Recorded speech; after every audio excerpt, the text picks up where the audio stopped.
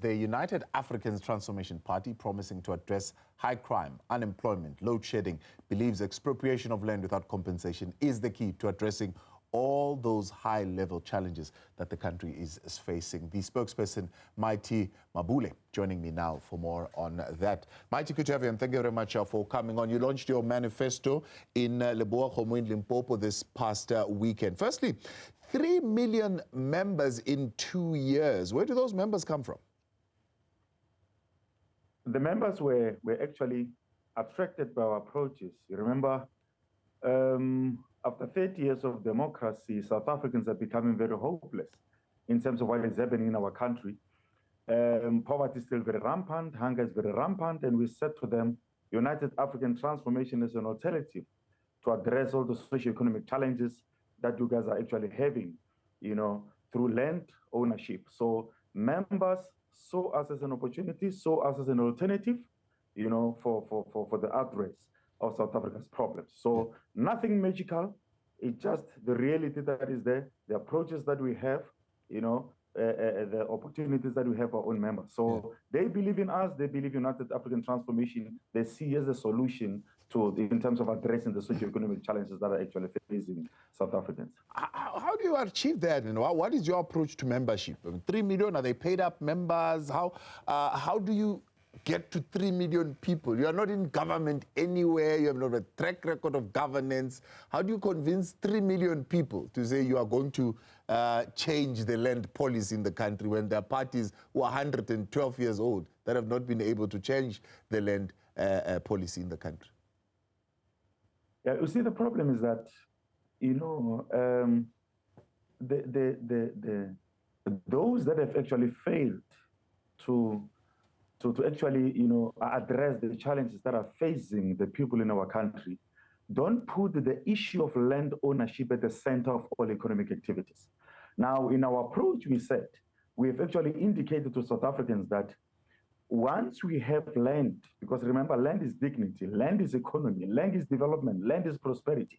We said that once we have land, we can be able to actually, you know, strengthen our agricultural program, produce food, address the issue of food security. And when we address the issue of food security, on the other side, we'll be creating jobs. Because as you actually know, that the agricultural sector is one of the highest contributors in terms of job creation in this country. I don't even want to talk about the contribution to the economy. Now, we actually put land at the center of economic activity. Because once we produce food, we process food, and when we start with the processing, we'll actually starting with the industrialization program. Because once you process, you are already involved in the manufacturing sector. And once you're involved in the manufacturing sector as a key economic driver, more jobs will be created. The issue of crime will be actually be addressed, because the main cause of crime is the economic factors, hunger, poverty. And when you look at what is actually happening in the surface, South Africa is one of the best countries in the world. That is the best minerals. But the question is, are those minerals benefiting us as South Africans? The minerals in Sekhukhune area alone in Limpopo, as an example, can actually feed the whole nation. The minerals in Mogalakwena can actually change the economic status of this country. Now, we said to the members, land is dignity. The point of departure should be land ownership and land utilization. Once you have that, we can be able to generate the revenue that will fund our education. Our education system is one of the poorest in the world, because if you look at schools, especially in the rural areas, they don't have facilities. You know, they don't have facilities. Schools are just bad. Our infrastructure is very bad. And we have a government that is spending a lot on salaries, not on infrastructural development and research and development. So we are saying, once we have the land at the center of economic activity, you can be able to generate the revenue that can address all socio-economic pathologies that are challenging the people. So I believe South Africans listen to our approach. South Africans are actually saying, that's far no further. We are tired. We can't be struggling in our own country where all our natural resources are actually owned by people and that particular ownership is not even benefiting us as a country. So nothing magical, nothing, you know, that we have actually applied to kind of trick them. We just told them the reality. This is our land. Land has been stolen from us. Minerals have been stolen from us. Resources have been stolen from us. But once we put land at the center of the economy, we can utilize that as an instrument of economic development. And that's the reason why I believe members are actually following us and say, we love this organization, we see there's an alternative. So, I mean, there's a party that's older than you, that's at least been there for 10 years.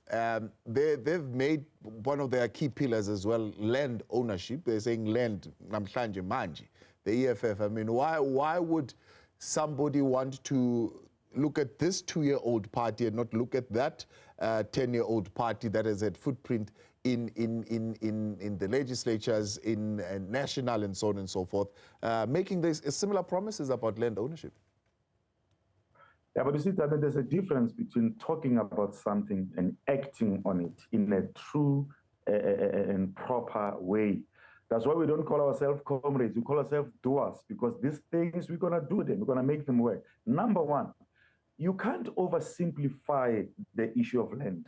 I mean, those that are actually oppressing us have complicated this matter in a manner that once you talk about the issue of land and so on, you must deal with the constitution. And for you to change that constitution, you need a 2/3 of majority. So now South Africans are becoming clever enough. They start to understand that this is not the issue where you can just wake up tomorrow and say, let's take land and move forward. So we don't want oversimplification of the issue of land. We understand that we need to join hands with other South Africans. That's why we call ourselves United Africans, because through unity of Africans, we can come together, work towards changing of the legislation, because otherwise, whatever tangible move that you make, somebody will be running to court. So it will be some kind of some court cycle. So number one, we don't oversimplify the issue of land. We understand that is a very complex matter, and it's not something that you can just achieve in 1 or 2 or 3 years. That's why still after 10 years, people are still sitting now, waiting for parliamentary processes and so on, because they left this fundamental ingredient of saying, let's come together, let's join hands. If you believe in the cause, let's work towards 2/3 majority. It's not something that you can achieve in 2, 3, 4, 5 years. We agree with that. That's one, the oversimplification of the land issue. The second one is the issue of disregard for the rule of law. You can't just encourage South Africans to grab land that is there, and then they take loans, build houses. 3, 4, 5 months later, the landowner comes in, municipality come back. Now the red ants are sent, all those properties are demolished, people are now in debt. So South Africans are starting to see that as much as people are talking about land ownership and land expropriation, there is no clear, legitimate plan to convince them that this thing is going to work. So with ourselves, we agree that this is a very complex matter. We don't want to oversimplify it. We need Africans to come together. We want Africans to believe in the key that we have in our hands to unlock this issue of land and put it at the center of the economy. And I don't want to talk about the whole radical populism. I mean, South Africans start to see that the whole issue of land ownership and expropriation with high volumes, without a clear plan, it's becoming some kind of a political gimmick. So we're very clear and we tell the truth, because we believe the first task of a revolutionary is to tell the truth. You can't just pull South Africa in a certain direction, create an impression that tomorrow when they wake up, they'll have land, in their title. It doesn't work that way. So that's why we are saying our approach should be very clear, must be very structured. They must be told the truth, and they must understand that it's through unity of Africans that we can be able to deal with this big elephant. Yeah. A lot of the parties are promising some kind of millions of jobs, either 2 million, either 3 million, a job in every household, and so on and so forth. What is your election promise on jobs, which is clearly going to be a big issue for these campaigns? Yes, and I want to start by saying the reason why we have been promised jobs in the 30 years of democracy, and nothing was actually, happening in that regard, is because when you talk about job creation program, you must have some kind of a fund, you must have some kind of capital to facilitate that program. But the question is, where is that money? Where is that money coming from? If you look at what is happening in this country, over 60 to 70% of the money that is there goes to salaries. The government doesn't have real money. That's why every time they go out, look for investors, which come with their term, want to privatize our own institutions. We ourselves were actually saying, if you look at the minerals that we have, let's just pick up one area in Limpopo, Sekhukhune, which is around 30 mines that are operational. And if you look at how much those mines are generating, The revenue that we can get there if we are structured, united, if we have progressive and honest and servant leadership, the revenue that we generate there, we can actually take that money, invest in the agricultural program, support our farmers, support our entrepreneurs, because globally, studies have proved that the growth of the SMME sector contribute to the growth of the economy.